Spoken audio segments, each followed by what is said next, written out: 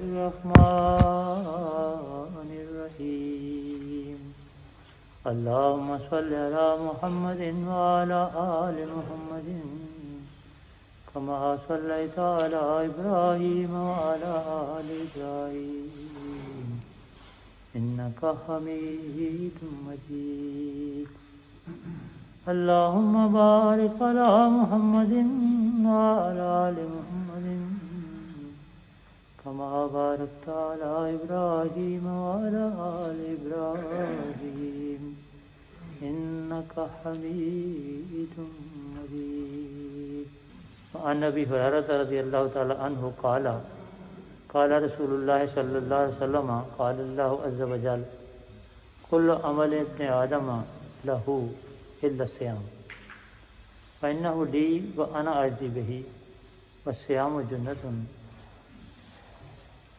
فإذا كان يوم صوم أحدكم فلا يرفث ولا يسخب فإن صابه أحد أو قاتله فليقل إني Saim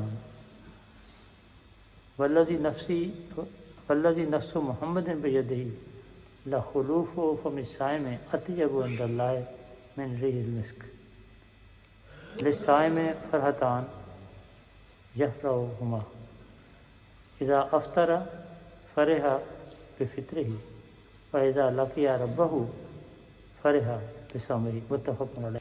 This hadith are saying of the Holy Prophet Muhammad sallallahu alaihi wasallam is from the book of Bukhari and Muslim both, and any hadith which is found in both of these books, Bukhari and Muslim, it is called muttafaq alayh, agreed.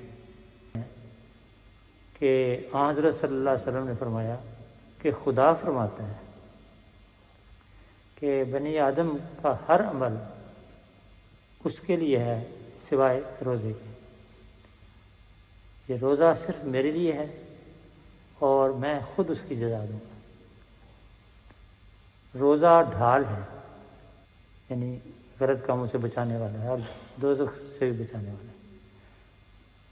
بس جب کوئی شخص روزے دار ہو تو اسے چاہیے کہ لغو گفتگو سے پرہیز کرے اور شور شرابے سے یا لڑائی جھگڑے کی باتوں سے بھی پرہیز کرے، اونچی نہ بولے. اور اگر کوئی شخص اس کو گالی دے یا اس سے جھگڑنے کی کوشش کرے تو وہ کہے کہ میں تو روزے دار ہوں، یعنی میں ان چیزوں میں حصہ نہیں لوں. پھر فرمایا کہ اس خدا کی قسم جس کے ہاتھ میں محمد کی جان ہے، یعنی حضرت صلی اللہ علیہ وسلم کی جان ہے، روزے دار کے منہ کی بو خدا تعالیٰ کو مشک کی خوشبو سے بھی زیادہ پیاری ہے.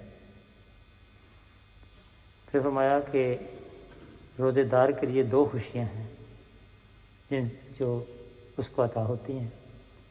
ایک خوشی تو وہ ہوتی ہے جب وہ روزہ کھولتا ہے، اس وقت ایک خاص خوشی محسوس ہوتی ہے، اور دوسری خوشی اس کو اس وقت حاصل ہوگی جب وہ اپنے رب سے ملے گا. یہ حدیث بخاری اور مسلم دونوں میں سے ہے.